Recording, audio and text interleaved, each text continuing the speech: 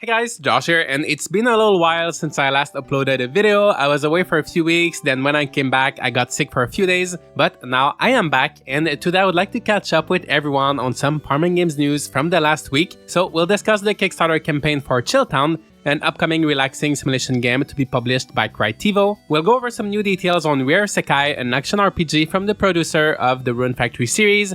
And finally, we'll take a look at the first trailer for Harvest Moon: The Winds of Anthos, the next game from Natsume. Let's start with Chill Town, which has been in development for over a year by the studio Low High Tech and is a sequel to Chill Corner, a relaxing game where you get to customize your room and character while enjoying lo-fi music. Similarly, Chill Town will let you customize your home and character, but it will also let you do other activities such as fishing, bug catching, farming, and growing adorable plant animals called pals. You will be able to either actively play or simply let the game run in the background while you enjoy its relaxing lo-fi music and do other things. It's been recently announced that the game will be published by Crytivo. They revealed the first trailer for the game, and they launched a campaign on Kickstarter to fund the rest of the development. The campaign reached its initial goal of $10,000 in less than 24 hours, but there are plenty of stretch goals on the way, like the addition of the ability to fuse pals to create hybrids, a multiplayer mode, and a release for consoles. Alpha backers should be able to play as early as October 2023,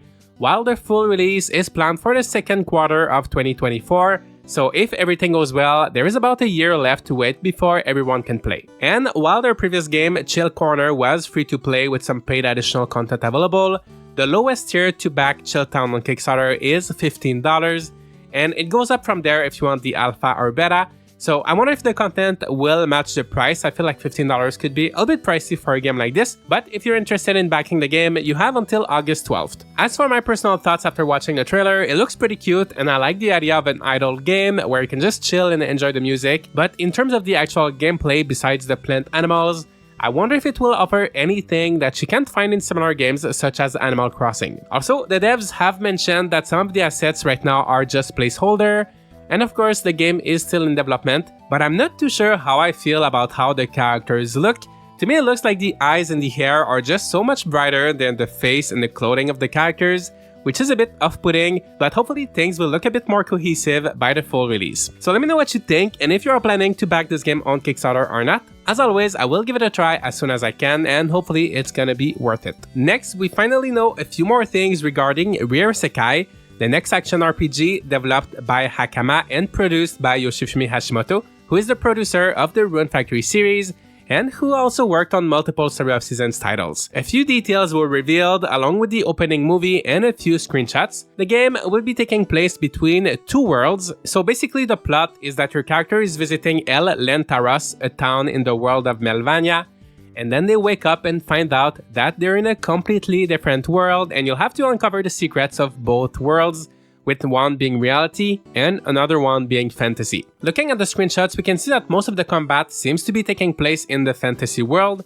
but for the dialogue, there are scenes both in the fantasy world and the real world, and the characters' outfits will change accordingly. For example, here you can see the female protagonist in the fantasy world, and here the female protagonist in the real world. The game will feature three main systems, so there's going to be battle, build, and relationships. So using weapons and magic, you will fight your way through dungeons. You'll then customize your build with new equipment that you found, each with their own unique stats and effects, and you'll also get to help and gift different characters to deepen your relationships with them, which will give you some perks to use in battles. They already revealed some of those characters. I will put a link in the description if you want to take a look at everybody. And so far, it seems like those relationships might be the only kind of life sim element to the game, unless they reveal more systems later on. We still don't have a global release date, but Rear Sekai should come out in Japan on October 12th and retail for 6,780 Japanese yen, which is about $50 or 65 Canadian.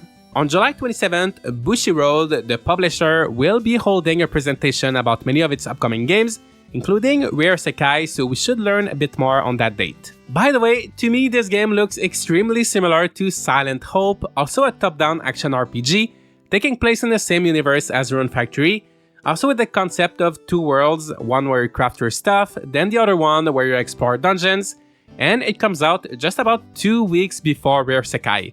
Until I can actually play these two games and feel the differences, right now they seem very similar, but I'm really looking forward to trying them both and seeing which one is the best. Now, last but certainly not least, Natsume revealed the first trailer for Harvest Moon: The Winds of Anthos, set to release on September 26 for all consoles. They have been showing us more and more screenshots in the last few months, but we can now finally see the game in movement, and honestly, it does not look too bad. Graphically, it is definitely a vast improvement from Harvest Moon 1 world, and while some of the environments can look a bit rough, personally, I quite like how the characters and animal models look, the animations, the lighting, and it wouldn't be unreasonable to compare it to Story of Seasons: A Wonderful Life, at least visually. In terms of gameplay, I'm excited to see festivals such as the dog and horse races, even if the controls for that last one do seem quite awkward. They're also introducing a new camera mode with the option to do different reactions for more interesting selfies, and on the background of one of them we can notice a dinosaur,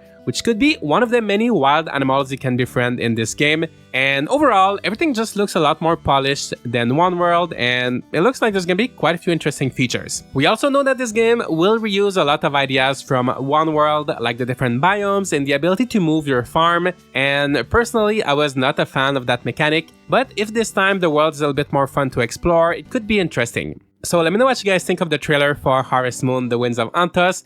And that is pretty much it for the farming games news from the last week. Let me know which one of these 3 games you're the most interested in. For me, I'm curious about the Winds of Anthos, but still keeping my expectations low. As for Chill Town, I think it could be a fun little experience, and even though it doesn't seem like it will have any farming mechanics, Rear Sekai is the game I'm looking forward to the most from the ones I talked about today. And that is pretty much it, guys. Leave a like and subscribe if you'd like to see more content like this and stay up to date on all of the farming games. And I'll see you all in the next video.